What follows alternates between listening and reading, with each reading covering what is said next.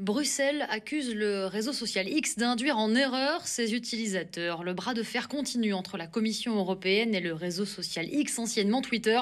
Et ce matin, c'est la non-conformité de la plateforme avec le DSA, le Digital Service Act, qui est pointé du doigt. Angélique Boin, vous êtes à Bruxelles pour France Info et sur la base d'une enquête de plusieurs mois, la Commission reproche 3 manquements au réseau social. Le réseau est d'abord accusé de tromper les utilisateurs avec la coche bleue qui indique qu'il s'agit d'une source d'information fiable. Mais n'importe qui peut aujourd'hui obtenir un tel statut et ce ne sont plus des sources dignes de confiance, dit Bruxelles. Il existe des preuves que des acteurs malveillants abusent de ce dispositif, ajoute le communiqué. X ne respecte pas par ailleurs l'obligation de transparence en matière de publicité et les chercheurs n'ont pas d'accès libre et facile aux données publiques du réseau social. X semble même les dissuader de mener à bien leurs recherches ou leur impose de payer des frais disproportionnés, alors que cet accès, qui permet de contrôler les algorithmes, est garanti par la loi. La société d'Elon Musk doit maintenant répondre à ces accusations et modifier ses pratiques sous peine d'amende qui peut atteindre 6% du chiffre d'affaires mondial. Ces accusations s'ajoutent à l'autre enquête en cours sur la diffusion de contenus illégaux et de lutte insuffisante contre la manipulation de l'information. X avait été rappelé à l'ordre après la diffusion d'images violentes lors de l'attaque du Hamas contre Israël. Angélique Boin, correspondante de France Info à Bruxelles. Et bonsoir Fabrice Epelboin. Bonsoir. Enseignant à Sciences Po Paris, spécialiste des réseaux sociaux et cofondateur de Yogosha, une start-up spécialisée dans la sécurité informatique. Alors après ces remontrances de la Commission européenne, est-ce que X va vraiment appliquer le droit européen ou est-ce que son propriétaire, le milliardaire Elon Musk, va se contenter de payer les amendes ? Il semble que pour l'instant, Elon Musk soit parti pour entamer un bras de fer avec Thierry Breton sur les détails des accords qui lient la plateforme avec l'Union européenne. Et visiblement, il a des révélations à faire. Donc on s'attend dans les jours ou dans les semaines qui viennent à des révélations, au même titre qu'il a fait des révélations sur les rapports entre l'État américain et Twitter, ou plus récemment, les rapports entre la justice brésilienne et Twitter sous l'ère Bolsonaro. Des révélations de quel type ? Alors Thierry Breton, on rappelle que c'est le commissaire européen au numérique.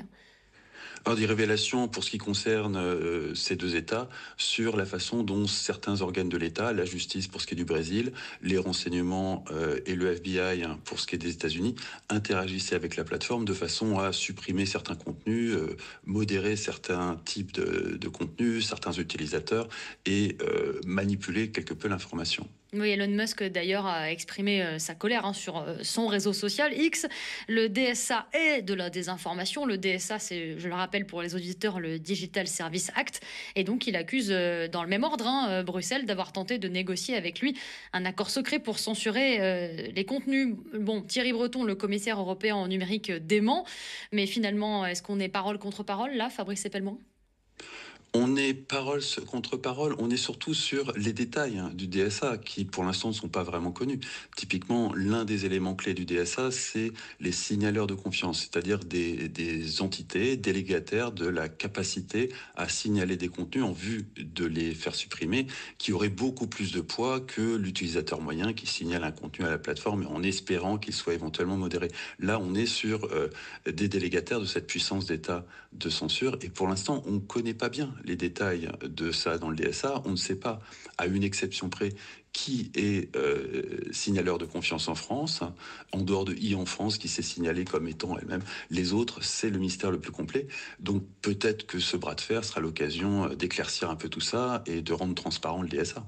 Ce que vous nous dites, Fabrice Epelboin, si je comprends bien, c'est que finalement, l'Union européenne est aussi opaque dans son fonctionnement en ce qui concerne les réseaux sociaux que X lui-même.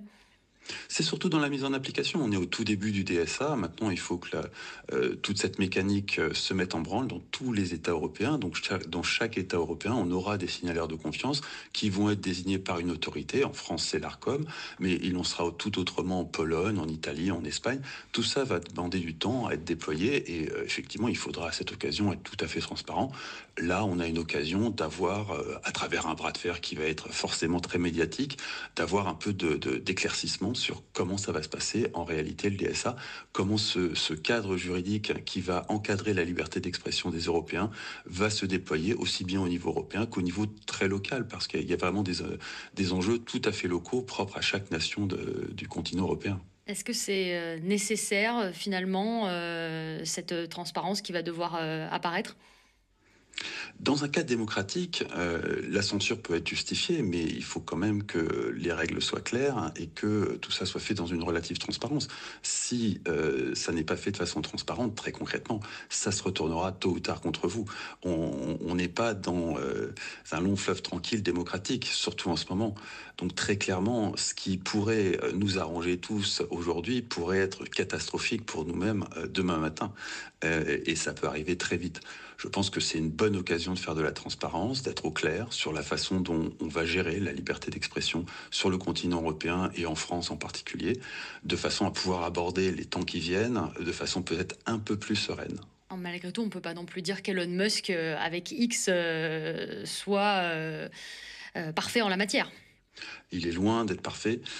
Il a fait la transition entre un système qui était extrêmement opaque et qui effectivement pratiquait une censure de façon tout à fait opaque, dont on a fait un peu la transparence avec les Twitter Files, et il a remplacé tout ça par de l'algorithmie. Typiquement la lutte contre les fake news, qui est l'un des grands chapitres de lutte entre l'Europe et Elon Musk, plutôt que d'avoir une armée de modérateurs qui vont décider du bien, du mal ou de faire des partenariats avec des médias comme le fait Facebook typiquement, Elon Musk a décidé de faire un algorithme, un système qui permet à tout un chacun de faire ce qu'on appelle des community notes et de noter les community notes des uns et des autres. Et la façon dont ça fonctionne est parfaitement transparente parce que le code est public, c'est de l'open source, donc tout le monde peut lire le code, le commenter et comprendre la modération collaborative qu'il a introduite. Évidemment, le fait de le faire ainsi lui économise énormément de main-d'œuvre, mais il faut se rappeler que Twitter n'est pas une entreprise qui gagne beaucoup d'argent. Fabrice Eppelboin, est-ce que finalement l'Union européenne n'essaie pas de réguler quelque chose d'irrégulable? Il y a de ça aussi bien sur Twitter que sur Facebook, que sur TikTok. Il y a différents types de modération de contenu qui commencent à se faire apparaître. Alors, TikTok, c'est un peu l'inconnu et ça n'a pas l'air très organisé. Facebook et les propriétés de Meta, dans l'absolu, on voit très clairement à l'œuvre ce qui se passe, c'est-à-dire une surmodération des contenus, ce qui était attendu. Typiquement, vous ne pouvez pas vraiment parler de Gaza sur les propriétés de Meta parce que le sujet est immédiatement invisibilisé et vous n'aurez pas de buzz, quels que soient vos efforts pour faire parler de Gaza sur Facebook.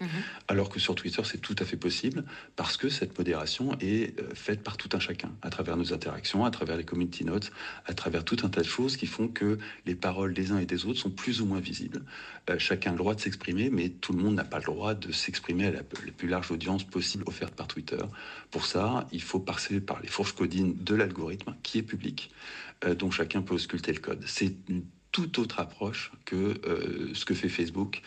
Quant à ce que fait TikTok, c'est la grande inconnue, c'est la Chine, et là, c'est l'obscurité, l'opacité la plus totale. Eh bien, merci beaucoup pour votre éclairage sur France Info. Fabrice Eppelboin, vous êtes enseignant à Sciences Po Paris, spécialiste des réseaux sociaux et cofondateur de Yogosha, une start-up spécialisée dans la sécurité informatique.